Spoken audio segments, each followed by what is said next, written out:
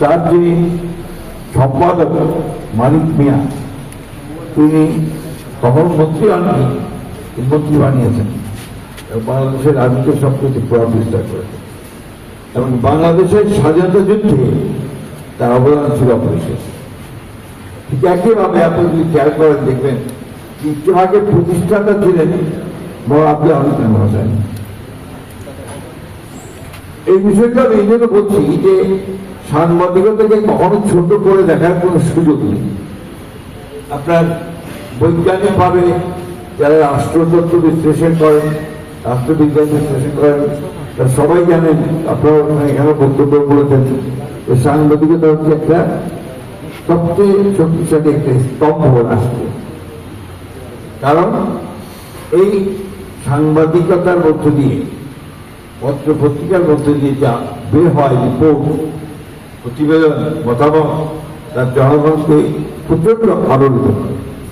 সে আলোড়নের ভিত্তিতে অনেক সময় অভ্যুত্থান ঘটে, অনেক সময় আপনার সরকার পরিবর্তন হয়ে যায়। সুতরাং আপনারা যারা সাংবাদিকতা করছেন তারা কিন্তু একটা অত্যন্ত শক্তিশালী একটা অংশ, যারা সমাজকে, রাষ্ট্রকে আপনারা বদলে দিতে পারেন। আর সেই জন্যই আপনাদের দায়িত্ব সবচেয়ে বেশি। এই responsible journalism can bring disaster two society. একটা দায়িত্বহীন সাংবাদিকতা কিন্তু সমাজকে ধ্বংস করতে পারে। সেই জন্যই আমি আপনাদেরকে অত্যন্ত আনন্দের সঙ্গে আমি বলতে চাই যে আপনারা বাংলাদেশে ঠাকুরগাঁ সাংবাদিকদের দেশে কাজ করছেন, সেই চেষ্টা করছেন ভালোভাবে কাজ করার। একটা পরামর্শ আমার থাকে একজন বয়স্ক মানুষ হিসাবে এবং অভিজ্ঞ মানুষ হিসাবে, প্রচুর পড়াশোনা করবেন। শুধুমাত্র বই পড়তে বলছি না, পৃথিবীর বিভিন্ন দেশের যে পত্র পত্রিকা, জার্নাল, বড় নাম করা সাংবাদিকদের জীবন এগুলো পড়ার চেষ্টা করবেন, জানবেন, তাহলে আপনিও নিজেকে সমৃদ্ধ করতে পারবেন। আমরা ঠাকুরগাঁ এখানে সত্যি কথা বলতে গিয়ে আমরা কয়েকজনটাকে সিনিয়র যারা, তাদেরকে কিন্তু এই ঠাকুরগাঁতে আমরা কিন্তু মনে করি তারা কিন্তু অত্যন্ত উঁচু দলের সাংবাদিকতা করেছেন। তাহলে একজন আমার পাশেই বসে আছেন আব্দুল লতিফ সাহেব, আরেকজন ছিলেন যিনি এখন আমাদের সাংবাদিকতা বন্ধ করে দিয়েছেন আমাদের মনোজ কুমার দে, আমাদের রাজুর ভাই যিনি আপনার ডেলি স্টারের কাজ করতেন,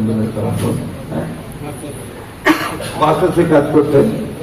এই ধরনের আজকে ঠাকুরগাঁয়ে আপনারা এখান থেকে অনেকগুলো কথা আমি সবগুলো শুনেছি, আমি জানি সব যে আপনাদের কোনো ওয়েবসাইট বোর্ডে আপনাদের কোন জায়গা নেই, একটা লামসাম ধরে দেয় যে কাজ করলে করানো হয়ে যায়, তাই না?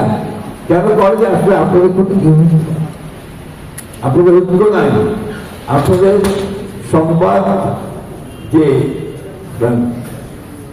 প্রতিষ্ঠানগুলো আছে আপনার সাংবাদিকদের অনেক কি আছে না, দিগন্ত একটা আপনার ফেডারেশন অফ ইন্ডিয়ান জান দিয়ে এই যে দুই ভাগ, ওই দুই ভাগের মধ্যে আবার দুই ভাগ, এইভাবে যে আপনি কোনো যদি আদায় করতে পারবেন না, আপনার যে ঐক্যবদ্ধ না হন, আপনার আমি শুনেছি ঠাকুর এখানে নাকি সাংবাদিক 10টা ভাগ, ঠিক সত্য তিনি তার নেই। আমার অনুরোধ থাকে তাই তো আপনারা বিভাগ করে ফেলে একই বলছে, তাহলে যদি বিভাগটা আছে ঠিক আছে আমি একে ব্যবহার করি, ওকে ব্যবহার করি, ওকে ব্যবহার করি, এই করতে আমি আমার কাছে তাই না? তাহলে আপনারা কেন সেটা করছেন? আপনারা একটু ইউনাইটেড হন, আপনারা সবাই ঐক্যবদ্ধ হন, ঐক্যবদ্ধ আপনাদের নিজের স্বার্থে আন। আগে তো যে পেশা আপনি নিয়েছেন সেই পেশায় তো আপনাকে বেঁচে থাকতে হবে নাকি?